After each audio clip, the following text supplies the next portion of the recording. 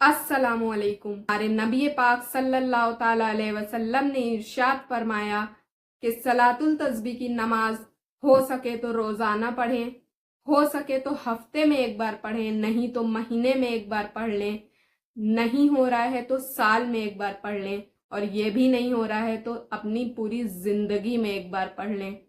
सलातुल तस्बीह की नमाज पढ़ने से बहुत ज़्यादा फ़ायदे मिलते हैं हमें। अल्लाह ताला इस नमाज के बरकत से हमारे सारे कबीरा और सगीरा गुनाहों को माफ़ कर देते हैं। इसलिए इस नमाज को ज़रूर पढ़ें। ताक रातें भी आने वाली हैं, तो पांचों ताक रातों में ज़रूर इस नमाज को पढ़ें।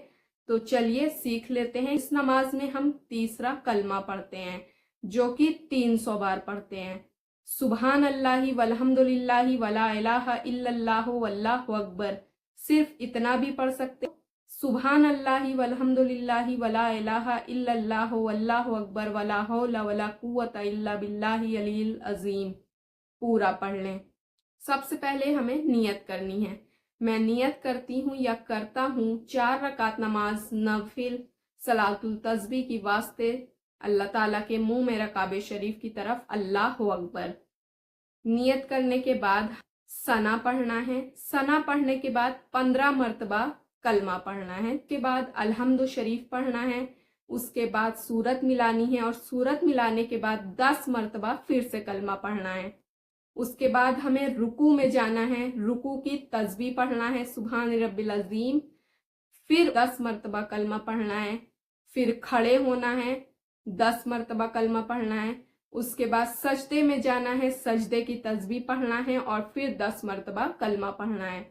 बैठना है, 10 मरतबा कलमा पढ़ना है और फिर सजदे में जाना है। सजदे की तस्बीह पढ़ने के बाद 10 मरतबा कलमा पढ़ना है। ऐसे करके हमारी एक रकात कंप्लीट होती है, और एक रकात में हमें 75 टाइम्स ये कलमा पढ़ना है। वैसे ही हमें दूसरी रकात पढ़नी है। सबसे पहले 15 मरतबा कलमा पढ़ेंगे, अलहम्दु शरीफ सूरत मिलाएंगे और फिर 10 मरतबा ये कलमा पढ़ेंगे। उसके बाद हमें रुकू में जाना है। रुकू की तस्बीह पढ़ना है, 10 मरतबा ये कलमा पढ़ना है और फिर खड़े होकर 10 मरतबा ये कलमा पढ़ना है। सजदे में जाएंगे, सजदे की तस्बीह पढ़ेंगे, 10 मरतबा ये कलमा, बैठेंगे 10 मरतबा कलमा, फिर सजदे में जाएंगे, सजदे की तस्बीह पढ़ेंगे और 10 मरतबा ये कलमा पढ़ेंगे। फिर बैठकर अत्तहियात पढ़ेंगे और फिर खड़े होकर हमें वैसे ही करना है। ऐसे करके हमें अपनी 4 रकात पढ़ लेनी है। आई होप कि मेरा समझाने का तरीका आप लोगों को समझ में आया हो। अगर समझ में आया हो तो प्लीज़ मेरी वीडियो को शेयर करें और मेरे चैनल को भी सब्सक्राइब कर दें।